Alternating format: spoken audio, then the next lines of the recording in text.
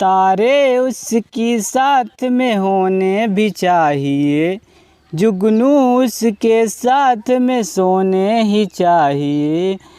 खुशबुओं से उसकी सिफारिश की जाए, खुशबुओं से उसकी सिफारिश की जाए।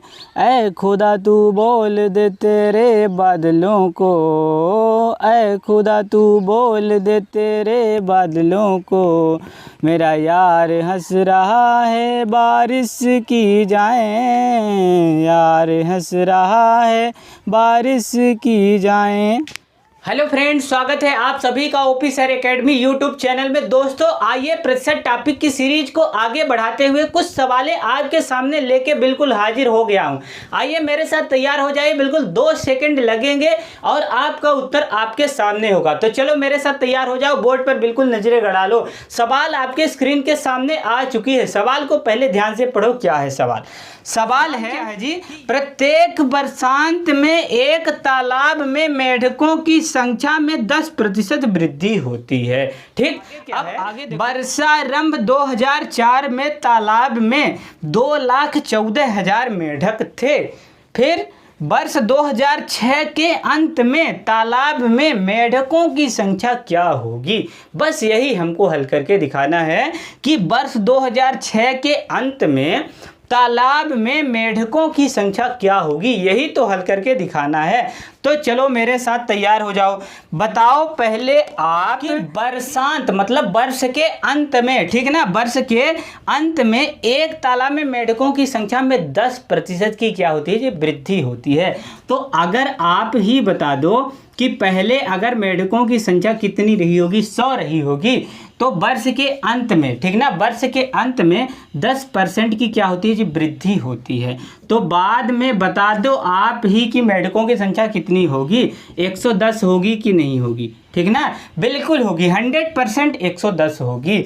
अब आगे देखो कि वर्षारंभ यानी वर्ष के आरंभ में मतलब शुरुआत में 2004 में तालाब में 2,14,000 मेंढक थे।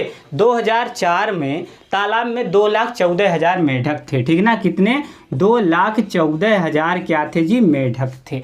कब? 2004 में वर्षारंभ, ठीक ना, कब? वर्षारंभ मतलब वर्ष के आरंभ यानी शुरुआत में। तो आप बताओ कि ये है, मान लो 2000 क्या है जी? 4 है, ये है 2000 क्या? 5, और ये है 2000 कितने? 6। ठीक है ना, इतने के लिए तो बोला है, इतने के लिए बोला है, ठीक ना, 2006। वर्ष 2006 के अंत में तालाब में मेंढकों की संख्या क्या होगी? 2006 तक बोला था, ठीक। तो बताओ 2004 में जनवरी से चला, ठीक है ना, तो दिसंबर तक आया तो 1 वर्ष हुए, ठीक है ना। फिर इसके बाद 2005 लग गया तो जनवरी से चला दिसंबर तक आया तो 2 वर्ष हो गए। फिर इसके बाद आप ही बताओ, वर्षांत में बोला है, ठीक ना, वर्षांत यानी वर्ष के अंत में। तो आप 2006 के जनवरी से चला तो दिसंबर तक जाऊंगा तो 3 वर्ष होंगे कि नहीं होंगे? ठीक है ना, 3 वर्ष हो जाएंगे। बिल्कुल लोगों को डाउट ये रहता है कि 2004 से 2006 तक आने में 2 ही तो वर्ष हैं, लेकिन बताओ शुरू से लेकर अंत तक की बात हुई है तो 3 वर्ष हो जाएंगे। क्या हो जाएगा जी? 3 वर्ष हो जाएगा, ठीक है ना। तो हमसे क्या पूछा? हमसे यही तो पूछा था कि वर्ष 2006 के अंत में तालाब में मेंढकों की संख्या क्या होगी, ठीक ना। वर्ष 2006 के अंत में तालाब में मेंढकों की संख्या क्या होगी? अंत यानी बाद में, ठीक है ना, बाद की संख्या पूछा, इसलिए बाद वाली वैल्यू आपको करना है ऊपर, ठीक है ना। तो क्या करोगे? मल्टीप्लाई 110 बटे में कितने जाएंगे? 100 जाएंगे, ठीक है ना। फिर इसके बाद मल्टीप्लाई 110 बटे में कितने जाएंगे? 100 जाएंगे। फिर इसके बाद फिर मल्टीप्लाई लगाओ, 110 बटे में कितने जाएंगे? 100 जाएंगे। 3 बार मल्टीप्लाई क्यों किया? क्योंकि 3 वर्ष हैं, ठीक ना। वर्षारंभ से लेकर वर्षांत तक के लिए बोला 2004 से 2006 तक, तो इतने में 3 वर्ष होंगे, ठीक। अब आप क्या करोगे? 1 0 से 1 0, 1 0 से 1 0, 1 0 से 1 0 कट कर दोगे, ठीक। अब यहाँ से 1 2 3 0 तो 1 2 3 0 कट हो गया। अब क्या हुआ? अब बताओ 11 11 11, इन तीनों 11 का क्या करोगे? आप मल्टीप्लाई करोगे तो कितने होंगे? आप ही बता दो। 11 × 11 कितने हुए? 121 हुए और 121 में आप 11 का मल्टीप्लाई करोगे तो कितने होंगे? 1331 होंगे। कितने होंगे? 1331 होंगे। 1331 में 214 का आप कर लो मल्टीप्लाई, तो 214 का आप क्या करोगे? मल्टीप्लाई करोगे तो यहाँ से आपको कितना मिलेगा? आप कर लो मल्टीप्लाई। ठीक, देखो 4 एकम 4 हुए, 4 तिहाई 12 की 2 हासिल 1, 4 तिहाई 12 13 की 3 हासिल 1, 4 एकम 4 1 कितना हुआ? 5 हुआ। अब यहाँ से 1 एकम कितने हुए? 1 हुए। 1 तिक्के कितने हुए? 3 हुए। अब यहाँ से 1 तिक्के 3 हो गए। अब ये कितना हुआ? 1 एकम 1 हो गया। ठीक, अब 2 एकम कितने हुए? 2 हुए। और 2 तिहाई कितने हुए? 6 हुए। 2 तिहाई 6 हुए। अब यहाँ से 2 एकम कितने हुए? 2 हुए। अब इसको आप क्या करोगे? ऐड करोगे। ठीक ना, तो देखो 4, फिर इसके बाद 2 एक कितने हुए? 3 हुए। 3 3 6, 6 2 कितने? 8। और यहाँ से 5 3 8, 8 6 कितने होंगे? बताओ, आप ही बता दो। 14 होंगे कि नहीं होंगे? तो 14 की 4 हासिल 1, 6 1 7 कितने हुए? 8 हुए। और ये 2। ठीक है ना, तो कितना मिला आप बताओ? कितना मिला? 28 48 34। कितना मिल चुका है? 28 48 34। तो 28 48 34 इज द राइट आंसर। यही आपका सही उत्तर होगा। 100% यही आपका उत्तर आएगा। देखो कितना आसान तरीका लगाकर समझाया, बिल्कुल शॉर्ट ट्रिक है, यूनिवर्सल ट्रिक है, कहीं पर लगा लेना, हर एक जगह काम आएगी। अब चलो अगली सवाल की ओर बढ़ जाते हैं। अगली सवाल आपकी स्क्रीन पर दस्तक दे चुकी है। पहले सवाल को बिल्कुल ध्यान से पढ़ लो, सवाल क्या है, फिर तो आप इसमें महारत हासिल करोगे ही। आप बिल्कुल सवाल को देखोगे और हल करके मेरे सामने रख दोगे। ठीक है, यदि किसी वर्ग की प्रत्येक भुजा में 10% की वृद्धि कर दी जाए, यदि किसी वर्ग की प्रत्येक भुजा में 10% वृद्धि कर दी जाए तो इसके क्षेत्रफल में कितनी वृद्धि होगी? यही हमको हल करके दिखाना। तो चलो मेरे साथ बिल्कुल तैयार हो जाओ, बिल्कुल शॉर्ट ट्रिक लगेगी, बस 2 सेकंड आप मुझे दे देना, इसके बाद तो आप सवाल में महारत हासिल करोगे। तो देखो, यदि किसी वर्ग की प्रत्येक भुजा में 10% की वृद्धि कर दी जाए तो आप बताओ कि वर्ग का क्षेत्रफल क्या होता है? वर्ग का क्षेत्रफल होता है, वर्ग का क्षेत्रफल, वर्ग का क्षेत्रफल बराबर क्या होगा जी? भुजा स्क्वायर होगा। क्या होगा?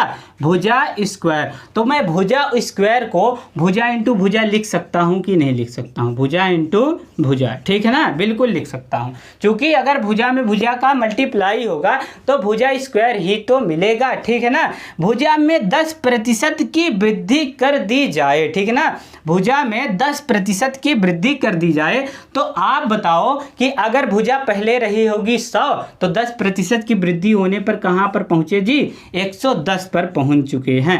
मल्टीप्लाई, भुजा में 10% की वृद्धि तो 110 पर पहुंच चुके हैं। ठीक, अब बताओ कि बिल्कुल यहां से आप बिल्कुल अपने रिवार्डी ट्रिक लगा लेना, बस ये ट्रिक लगाते ही आपका उत्तर आपके सामने होगा। 1% 2 जीरो को काटता है, 1% 2 जीरो को काटता है। लो 2 जीरो मैं यहाँ से काट दिया तो 11 एक जरम कितने हुए? 121 हुए, 121%। अगर आप ही बता दो पहले था 100 और आज है 121 तो कितने प्रतिशत की वृद्धि हुई बताओ आप? 21% की क्या हुई जी? वृद्धि हुई। कितने प्रतिशत की? 21% की वृद्धि हुई। यही तो हमसे पूछा था में कितनी वृद्धि होगी, तो क्षेत्रफल में 21% की वृद्धि होगी। 21% इज द राइट आंसर, यही आपका आंसर होगा।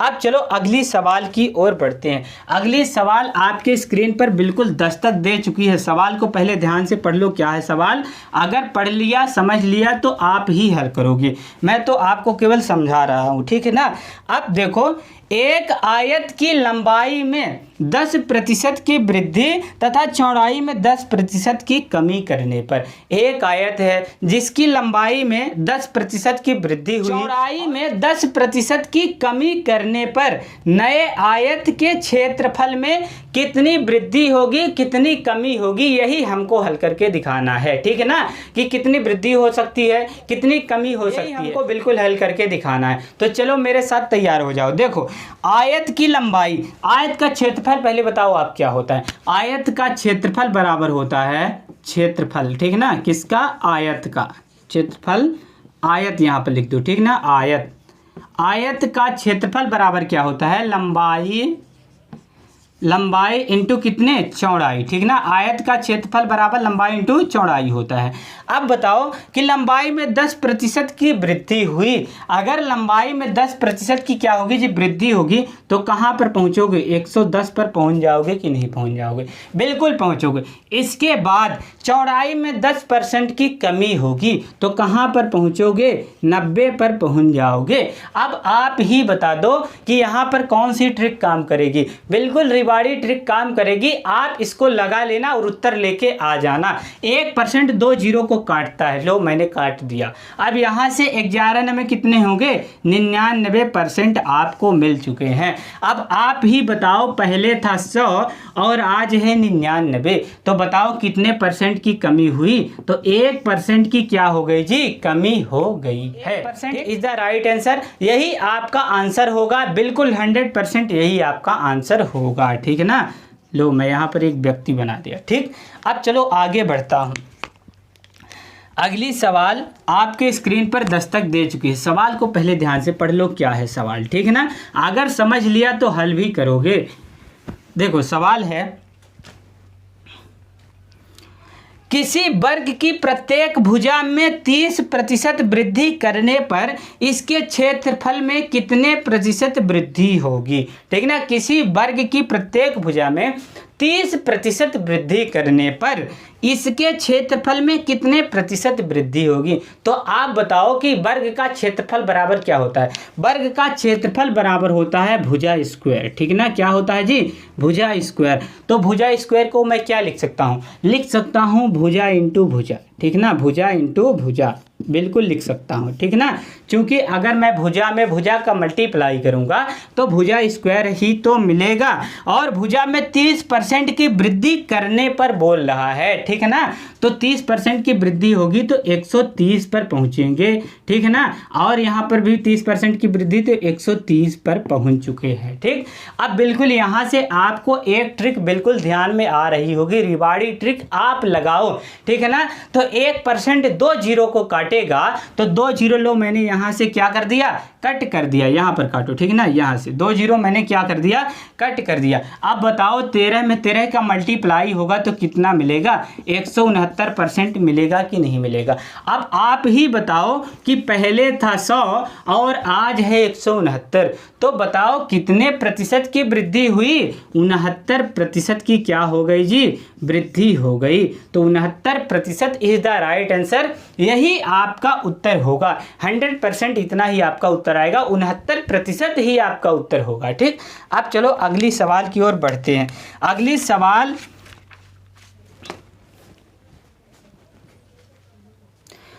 सवाल आपके स्क्रीन पर आ चुकी है। सवाल को पहले ध्यान से पढ़ लो, क्या है सवाल, ठीक।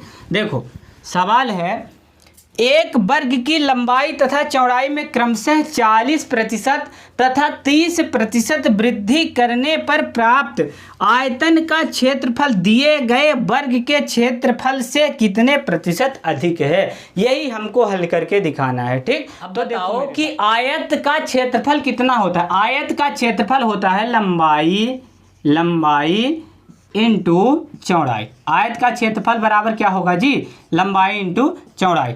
तो बताओ आप कि लंबाई में 40% तथा चौड़ाई में 30% वृद्धि करने पर, ठीक है ना। तो लंबाई में 40% वृद्धि होगी तो कहाँ पर पहुँचेंगे, 140% पर पहुँच जाएंगे, ठीक है ना।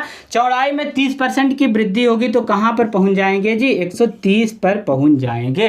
अब यहाँ से बिल्कुल आपको एक नई ट्रिक बिल्कुल याद आ रही होगी, बस आप उसी ट्रिक को लगा दो और उत्तर लेके आ जाओ। 1% 2 जीरो को काटेगा तो आप 2 जीरो यहाँ से कर दो कैंसिल। अब बताओ 14 में 13 का मल्टीप्लाई होगा तो 182 मिलेगा, 182% मिल जाएगा, ठीक है ना। तो अगर आप ही बताओ कि पहले था 100 और आज है 182, तो कितने परसेंट की वृद्धि हुई जी? 82% की क्या हो गई जी? वृद्धि हो गई। हमसे क्या पूछा है? आयत का क्षेत्रफल दिए गए वर्ग के क्षेत्रफल से कितने प्रतिशत अधिक है? तो आयत का क्षेत्रफल दिए गए वर्ग के क्षेत्रफल से 82% क्या है जी? अधिक है। ठीक, तो मैं यकीन करता हूं कि ये सवाल आपके दिमाग भेजे में बिल्कुल घुस गई होगी। अब चलो अगली सवाल की ओर बढ़ते हैं। अगली सवाल आपके स्क्रीन पर दस्तक दे चुकी है। सवाल को पहले ध्यान से पढ़ लो, क्या है सवाल। ठीक, देखो सवाल है, किसी वृत्त की त्रिज्या में 50% वृद्धि होने पर इसके क्षेत्रफल में कितने प्रतिशत वृद्धि होगी? ठीक है ना। तो बताओ कि वृत्त का क्षेत्रफल क्या होता है? पाई आर स्क्वायर होता है कि नहीं होता है? वृत्त का क्षेत्रफल पाई आर स्क्वायर होता है और पाई का मान बिल्कुल फिक्स होता है। ठीक है ना, तो पाई को यहाँ पर बिल्कुल काम में नहीं लेना है। अब बताओ आर स्क्वायर को मैं क्या लिख सकता हूँ? आर इंटू आर लिख सकता हूँ कि नहीं लिख सकता हूँ? बिल्कुल लिख सकता हूँ। ठीक है ना, तो बताओ कि वृत्त की त्रिज्या किससे व्यक्त करते हैं? आर से व्यक्त करते हैं। ठीक है ना, तो 50% की वृद्धि होने पर बताओ कि त्रिज्या में 50% की वृद्धि होगी तो 150 पर पहुंचेंगे। ठीक है ना, अब यहां से आप करो मल्टीप्लाई, फिर 150 यहां पर भी होगा। ठीक है ना, अब बताओ कि यहां पर रिवाड़ी ट्रिक आप लगा लो, आपका उत्तर आपके सामने रहेगा। 1% 2 जीरो को काटता है, 2 जीरो लो, मैं यहां से कट कर दिया। ठीक, अब बताओ 15 कितने होंगे? 225 होंगे कि नहीं होंगे? 225 हमको मिल चुका है।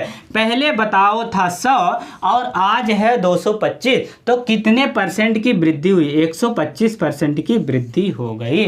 तो 125 इज द राइट आंसर। यही आपका सही उत्तर होगा। 100% यही आपका उत्तर होगा। अगर यह सवाल आपके दिमाग में बिल्कुल समझ में आ गई हो तो वीडियो को लाइक कर दो, चैनल को सब्सक्राइब कर दो और ज़्यादा से ज़्यादा लोगों में इस वीडियो को शेयर करते रहो।